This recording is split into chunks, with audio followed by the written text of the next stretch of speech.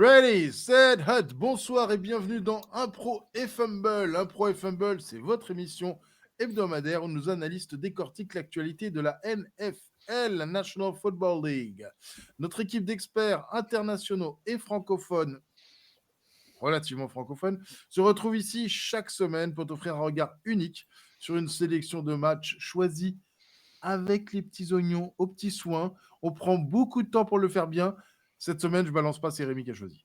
Et aborder tous les sujets brûlants de la NFL. Tu peux retrouver tous les pronos de tous les matchs sur le site prononfl.com quand ça veut bien fonctionner correctement.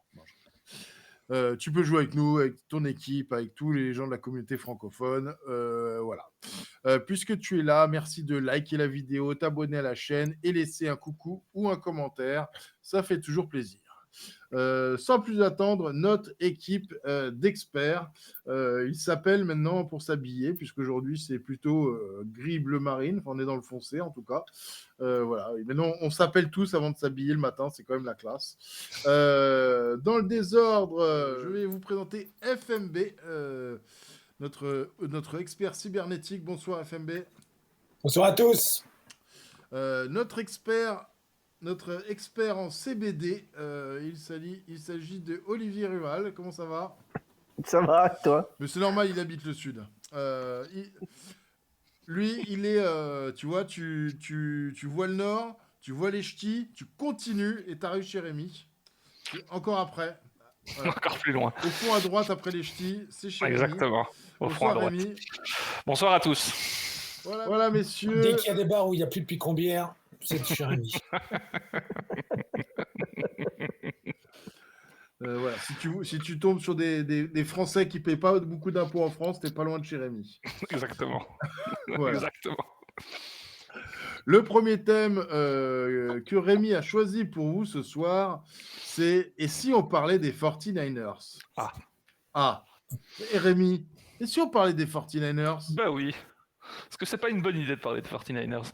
Ouais, non, je pense que c'est clairement l'équipe la plus... C'est la seule équipe, je trouve, vraiment très convaincante depuis le début de la saison. On a les Bills qui arrivent en forme, mais qui ont fait une première semaine un peu plus compliquée. Et donc, ouais, j'aime bien ces 49ers, c'est très complet. On a une très belle défense. On a un running game hyper intéressant avec McCaffrey et un Purdy qui fait le boulot. On a une ligne offensive absolument exceptionnelle. Je suis très curieux de voir, on n'en parlera pas de ce match-là, mais donc je profite de ce moment pour parler du match de ce week-end face aux Cowboys. J'ai l'impression que les Cowboys sont un cran en dessous, mais voilà, j'aime beaucoup cette équipe des 49ers et je pense que mes deux camarades sont d'accord avec moi. Les deux camarades, est-ce que vous êtes d'accord avec lui? Camarades syndiqués, oui. On est d'accord avec lui. On va chanter l'international avec FMB. Bien sûr, les 49ers, c'est un grand plaisir à regarder. Donc, je dirais, à mon avis, qui va les battre dans l'NFC? Bon, il reste les Eagles. Tampa Bay, on verra on va voir le niveau cette semaine. Donc, mais bon. Alors, ce qui me plaît bien avec les 49ers cette année, c'est que au niveau jeu offensif, il y a quand même, il reste toujours dans le schéma classique en fait du stretch et du out zone in zone ce qui m'interpelle, c'est que Deebo Samuel est un peu moins utilisé, j'ai l'impression qu'avant. Donc voilà, je ne sais pas ce que vous en pensez, mais... Ouais, c'est vrai. Moi, je me demande ce qu'en pense Olivier, surtout. Non, mais écoute, c'est vraiment une équipe impressionnante parce que pour l'instant, ils n'ont pas besoin de forcer. Ils peuvent se contenter de faire du low risk avec les passes de Purdy. Là, il nous a fait un 20 sur 21 la semaine dernière parce qu'il a fait que des passes de 4-5 yards tranquilles. Ils ont leur tight end, ils ont une compagnie de running avec McCaffrey, etc. Donc ils ont plein d'outils comme ça à disposition. Ils ont une excellente ligne offensive qui est à mon avis la meilleure de la ligue. Et ça leur permet d'avancer tranquillement.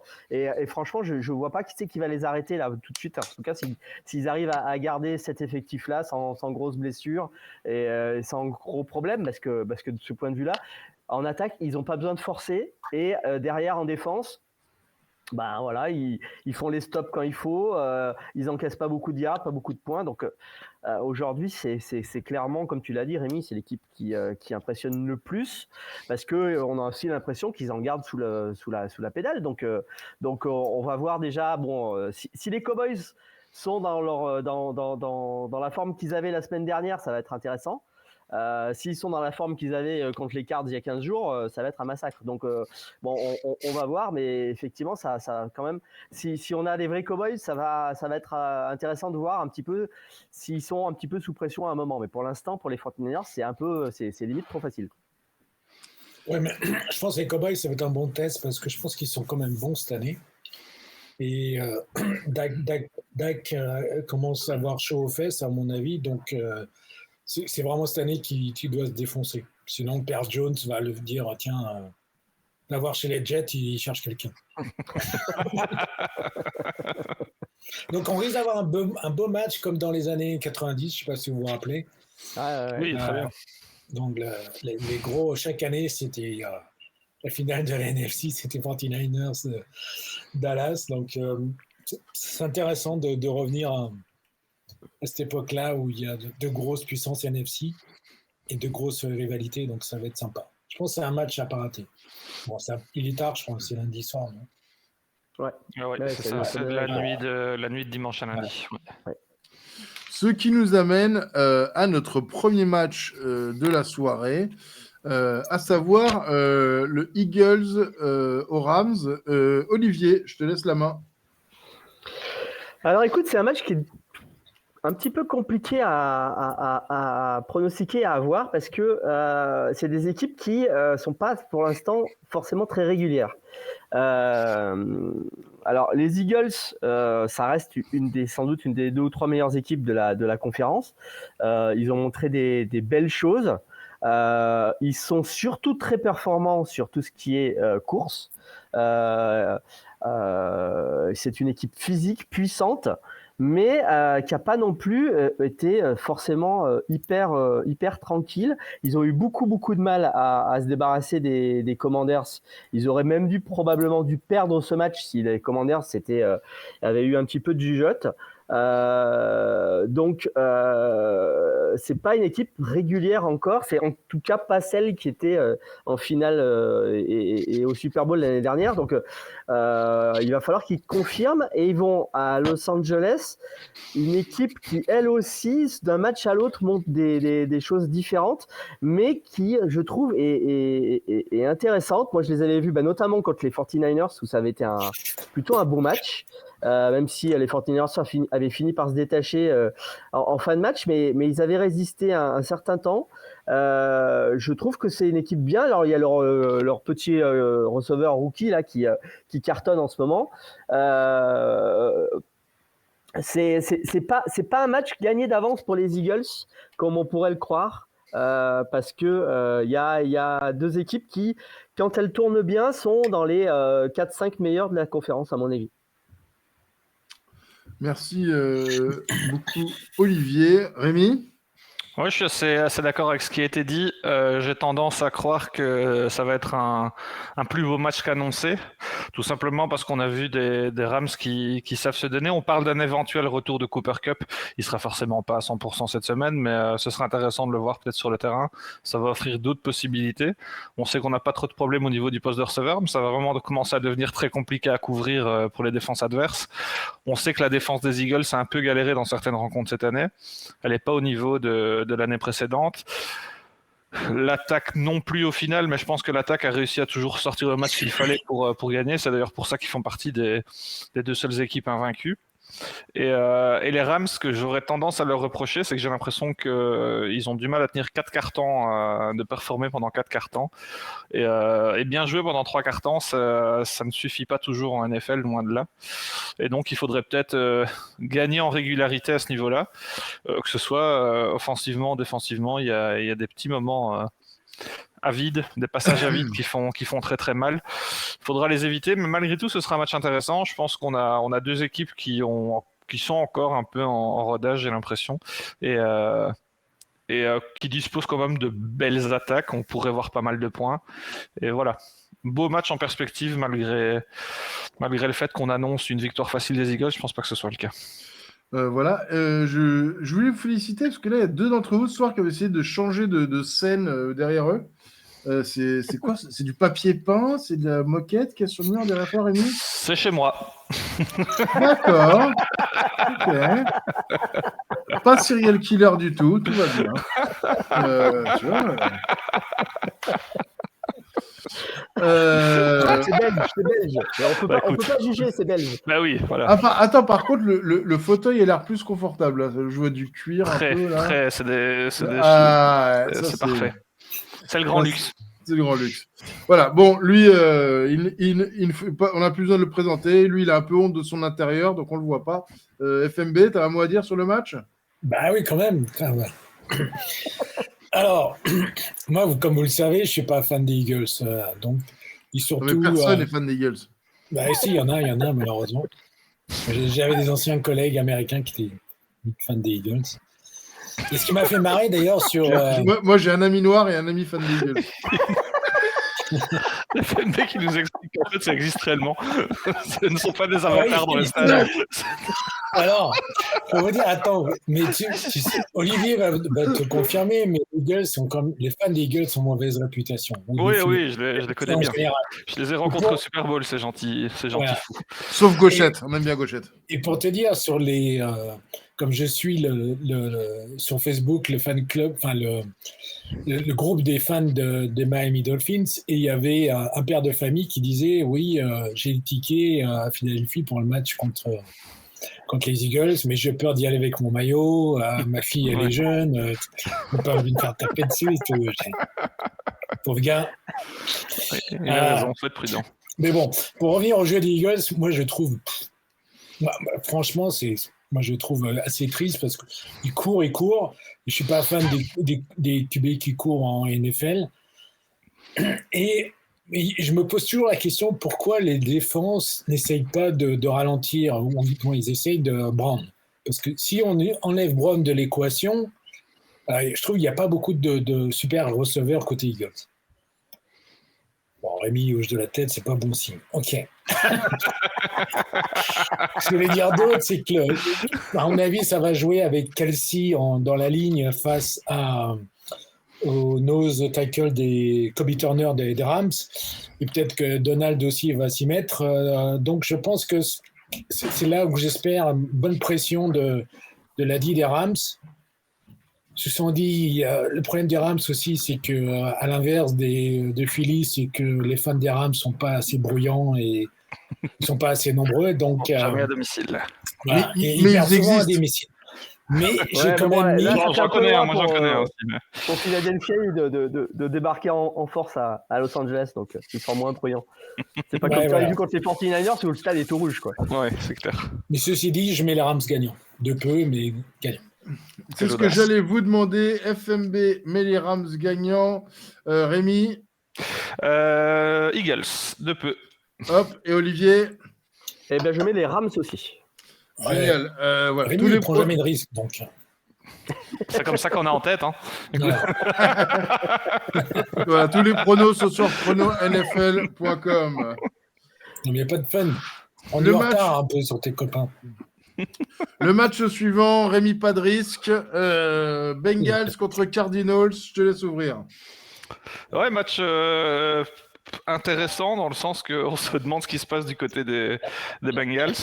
On a une attaque moribonde. L'ambiance n'a pas l'air d'être au beau fixe dans le vestiaire non plus. Et en face, on a des Cardinals qu'on a accusés de tanker. Moi, j'ai une petite théorie qui dit que j'ai l'impression qu'au niveau de l'organisation, on a peut-être envie de tanker pour aller chercher un bon quarterback, mais j'ai l'impression que les joueurs n'ont pas envie de tanker.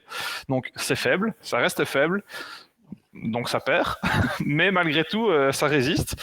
Et ils font des chouettes matchs. Franchement, je suis assez impressionné par ce qu'ils proposent, avec le talent à disposition.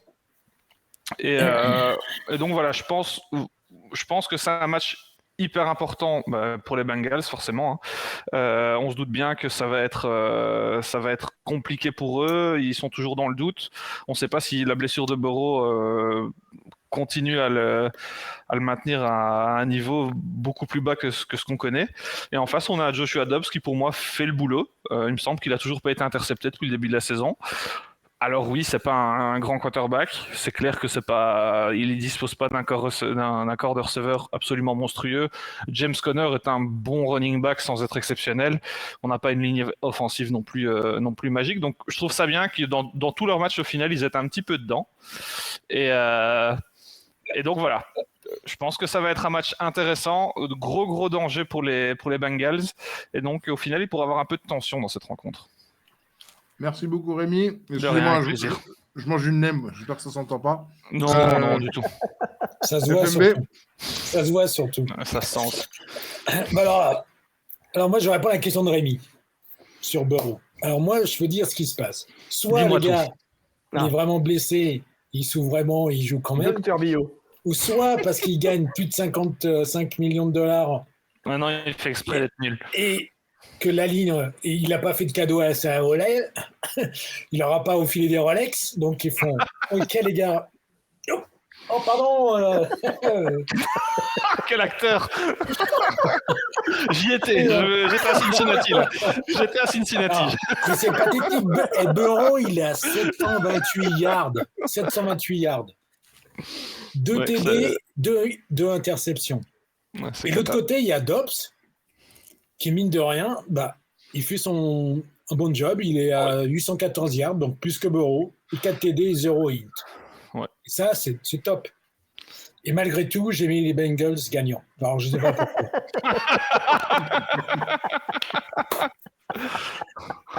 Apparemment, il aura acheté Rolex pendant la semaine. Du Covid des pronostiqueurs. Olivier ? Écoute,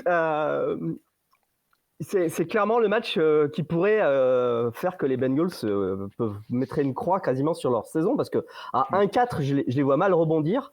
Il y a un vrai problème, mais je pense que Burrow, aujourd'hui, il est sur une patte. Burrow, c'est peut-être le quarterback de toute la ligue qui est le plus efficace quand il est en mouvement et quand il court. Et là, il court pas, il est immobile et il se fait exploser et il trouve pas ses receveurs. Donc là, il y a un vrai problème du côté des Bengals parce que derrière, il y a rien d'autre. Je veux dire par là que le jeu de course est complètement anémique. Donc il y a effectivement un gros problème pour une des équipes qu'on espérait, qu'on voyait quand même plutôt dans le haut de l'affiche. Et puis, vous avez bien résumé, les Cardinals, ils font le boulot. Ils peuvent faire par moments même du beau football. Je me souviens les avoir vus massacrer les Cowboys il y a 15 jours. Ils avaient fait un très beau match. Donc voilà, la pression, elle est clairement sur les épaules des Bengals. Ils ne peuvent pas se permettre de perdre ce match. Mais ça va être compliqué. Ça va être compliqué. Alors, donc, FMB Bengals, Rémi ? L'autre, il est en train de bouffer des nerfs. Bon appétit. Bon appétit. Bengals. Voilà. Bengals pour la pression. Olivier ? Moi, je le Cards. Ok. Alors, moi, je vais vous parler un peu de Washington là, pendant 2 secondes. Est-ce que vous saviez que le couple présidentiel, monsieur et madame Biden, ils vont être obligés de se séparer de leur chien parce qu'il a attaqué plus de 10 fois les membres des services secrets, tout ça. Il mord les gens, apparemment. Ouais. Voilà. Et ce qui est intéressant de savoir, c'est le nom du chien. Il s'appelle Commander. J'ai rien. Donc, Commander est fait pour se faire sortir de Washington. Bon, ça, j'ai rien. On a compris le message. C'est une vraie info. Rico, cette année, il a plus parlé de chiens que de football américain. C'est quand même exceptionnel. Non, à peu près pareil. Le deuxième sujet de la soirée, c'est Joe Burrow et les Bengals. On n'a pas de le faire à moitié, ça ?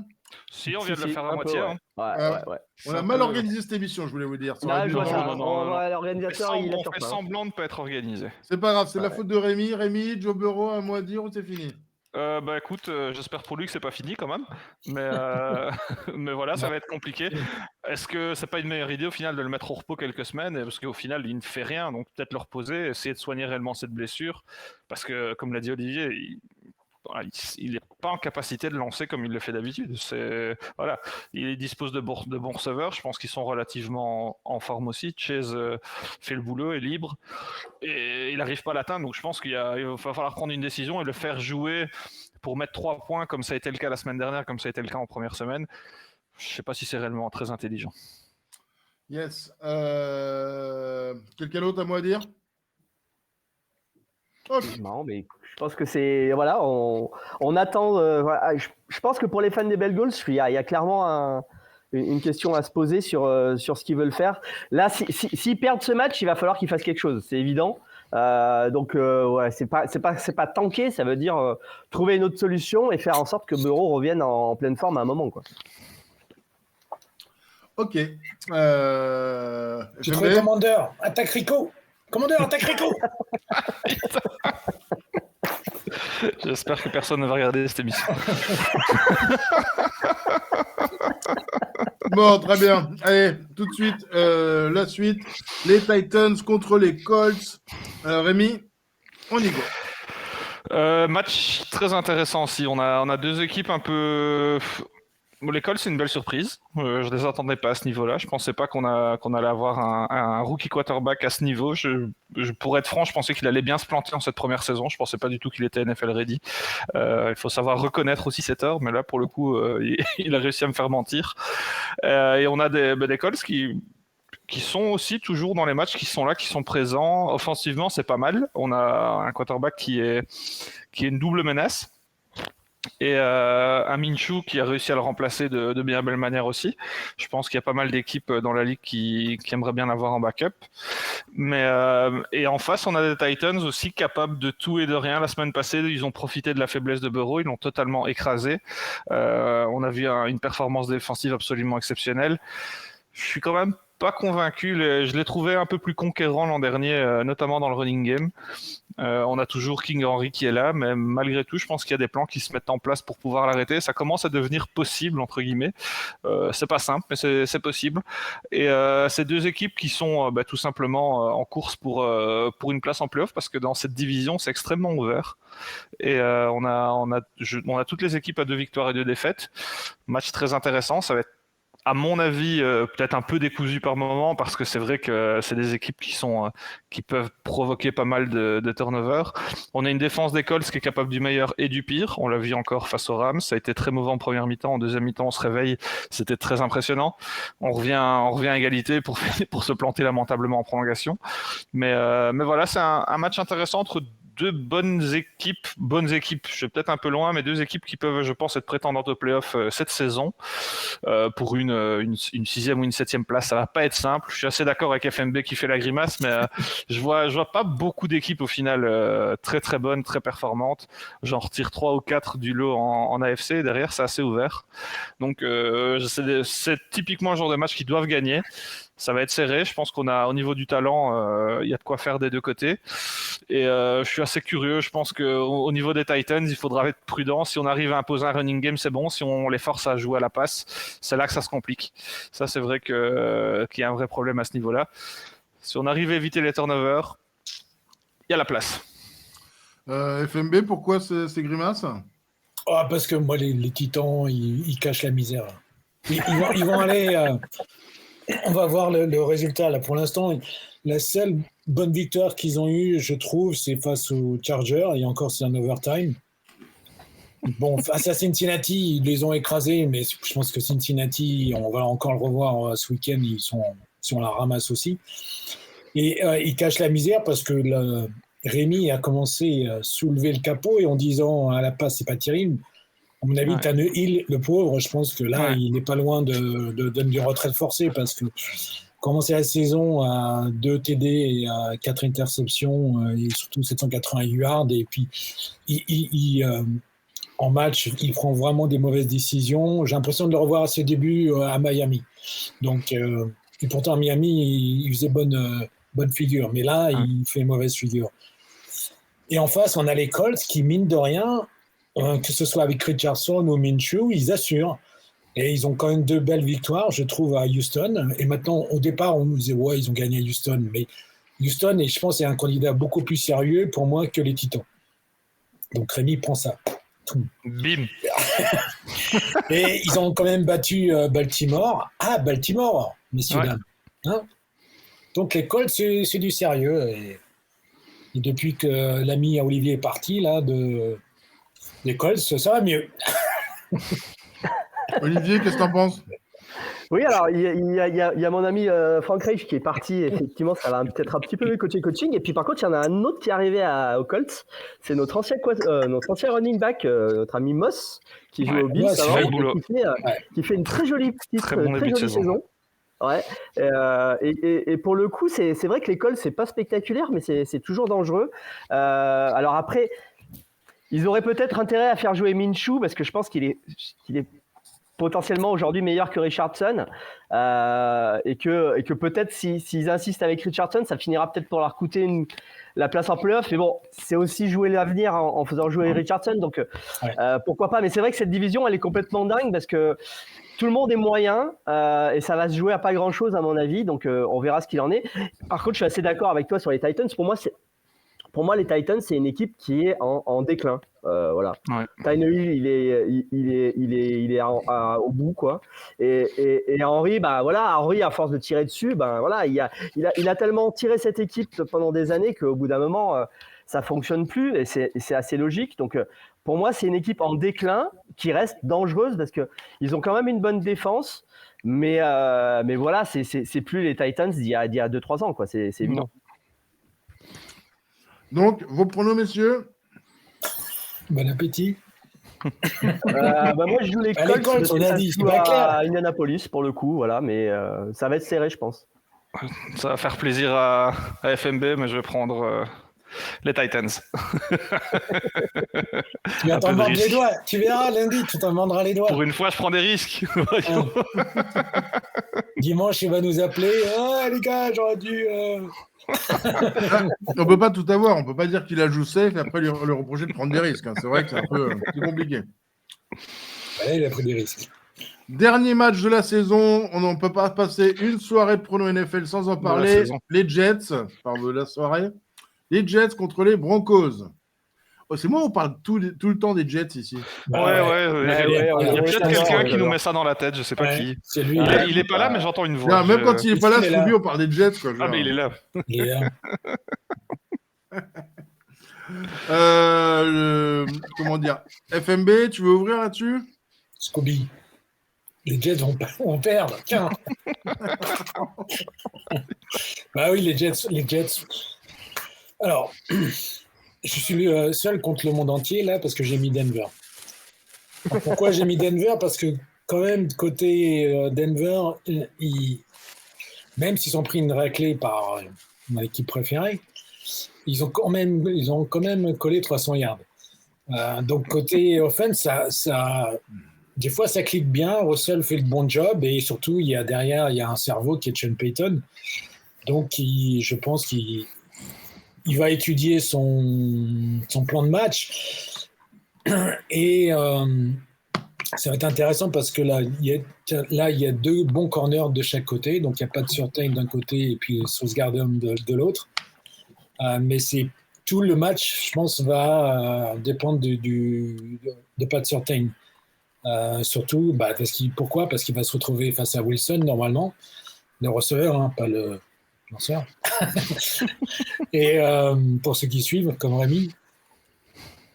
Garrett Wilson. Voilà. Et donc, à mon avis, c'est là la clé du match. C'est celui-là qui va gagner entre ce duo-là, va faire gagner son équipe. Je simplifie pour Rico. moi, même quand c'est simple, tu sais, ça ne veut pas dire que je vais comprendre. Hein. Olivier? Écoute, c'est difficile ce pronostic parce que que valent vraiment les Broncos? Ils ont pris 70 points contre Miami parce qu'ils n'ont pas de défense, mais ils ont quand même un Russell Wilson qui a des stats qui sont plutôt bonnes et qui fait le boulot en attaque. Donc c'est une équipe qui va quand même marquer des points, même si derrière ils en ont pris beaucoup depuis début de la saison. Hein. Ils en ont pris 28 encore la semaine dernière à Chicago. Ça, c'est quand même pas très très flatteur. Ils en ont pris 35 contre les Commanders. Les Commanders, c'est quand même pas l'attaque du siècle. Donc, du point de vue défense, c'est sûr que c'est compliqué. Et puis, alors, les Jets, écoute, je sais pas, parce que d'un seul coup, Wilson, il est devenu bon la semaine dernière. Alors, je vais avouer quand même quelque chose. Scooby est pas là, donc je peux me lâcher. Mais moi, j'aime bien Zach Wilson. J'adorais quand il était à Brigham Young en college. Et je pensais qu'il allait faire une belle carrière NFL. Et jusque-là, j'ai eu tort sur toute la ligne parce qu'il a été dramatiquement mauvais. Sauf que la semaine dernière, j'ai retrouvé Zach Wilson comme je le voyais du côté de la NCAA. Alors, je ne sais pas, peut-être que d'un seul coup, il a eu une révélation et qu'il va se mettre à jouer à son potentiel, j'en sais rien. Donc, pour le coup, c'est quand même très, très compliqué de pronostiquer ce match parce que c'est des équipes qui sont un peu dans le trou, mais qui ont malgré tout des talents. Donc, ça peut virer à n'importe quoi ce match. Voilà, vous l'avez compris, tout le monde vous dit Jets, sauf FMB qui vous dit FM Broncos. Voilà. Messieurs... il faut oublier que les Jets Rémi, il n'a pas le droit d'en parler, en fait. Ouais. Ah, pardon, Rémi. Excuse-moi. On me chie à la gueule. Rémi, non. On me chie à la gueule. Allez, bonne soirée. J'ai du mal. C'est son papier peint, ça m'hypnotise. Il est aux couleurs des Jets, hein, pour une fois qu'on y croit. C'est ça, je suis pas sûr de quelle couleur c'est. Ça, match, je t'enverrai une photo si tu veux. Tu auras un échantillon. Non, plus jamais dormir. Donc, match sur papier, le match le plus sexy de la semaine, incontestablement. Mais personnellement, j'ai tendance à croire que ces Jets, le seul truc qu'on peut donner aux Jets, c'est qu'ils disposent de talent en défense. C'est incontestable. Ils n'ont pas été ridicules dans aucun de leurs matchs. Ils en prennent 30 face aux Cowboys, mais quand l'attaque en offre autant, c'est quand même compliqué de faire mieux. Contre les Bills, ils ont été bons. Et ça, on peut le dire, la défense a vraiment tenu le choc. Contre les Patriots, le défi n'était pas très grand, mais ils ont été bons aussi. Et face aux Chiefs, la défense m'a également impressionné. Donc, c'est un point qui est assez important. Alors oui, les Broncos disposent d'une attaque qui est très correcte, d'une défense qui est vraiment catastrophique, mais mine de rien, c'est vrai que Wilson sort une bonne saison. Je pense qu'il est déjà à 9 touchdowns. Ça marque beaucoup, mais le problème, c'est qu'il encaisse énormément. Et offensivement, ça accumule les yards, comme l'a justement dit FMB. Franchement, c'est pas mal à ce niveau-là. Williams est incertain en poste de running back, donc ça pourrait être un problème pour eux. Par contre, il y a un gros manquement pour moi, c'est l'absence de Tim Patrick qui est blessé pour la saison. Et ça se ressent parce que dans les moments importants, parce que oui, ils ont eu des moments importants. Ils n'ont pas ce receveur sur qui compter. Je pense que Tim Patrick aurait vraiment fait du bien. Jerry Jeudy est pour moi un petit cran en dessous et on doit compter sur les autres. Mims fait une très bonne saison. C'est la belle petite surprise de ce côté-là. Mais c'est pas un receveur numéro 1. Donc c'est vrai qu'il y a un problème aussi malgré tout pour moi dans cette attaque. C'est un problème de régularité parce que le danger peut être là. On sait qu'un Wilson peut être très dangereux, mais malgré tout, c'est moyen. Et surtout, c'est cette défense qui est catastrophique. Et pourquoi pas un bon petit match de Zach Wilson qui ferait 2 bons matchs de suite, ce serait un bel exploit. Et surtout, pourquoi pas imposer un running game, c'est peut-être ça le secret du côté des Jets. Je pense qu'on doit garder le ballon le plus longtemps possible. C'est le match des Wilson, hein. Eh oui. Ouais. Il y a des Wilson partout. Il y a des Wilson partout, c'est vrai. Voilà, merci messieurs pour cette semaine NFL magique et merveilleuse. Eh oui. Quel match vous allez regarder à 19h dimanche ? À 19h dimanche, ce sera rien, je pense. À 22h, ça devient sympa. Peut-être Steelers-Ravens, allez. Voilà, c'est ça. Moi, un Steelers-Ravens des familles là, qui va faire un bon 17-15, là, ça va être magnifique. Ça va être superbe. Après, à 15h30, on a le Bills-Jags. Ah, très bien. C'est à Londres. Ouais, à Londres, le Bills-Jags à Londres, ça peut être sympa. Oui. Vous y allez ? Non, moi je vais à Francfort pour le Colts Patriots. Tu vas à Francfort pour le Colts Patriots ? Tu dis de match et ouais, je sais. Je l'ai choisi. Hein. Ça peut paraître étonnant, mais je l'ai choisi. Bizarrement, j'ai eu la place. Je sais pas comment. Bon, merci beaucoup, messieurs. Je vous souhaite une très bonne soirée et on se retrouve dès la semaine prochaine pour de nouvelles aventures. Ciao, ciao. Salut. Salut à tous. Salut.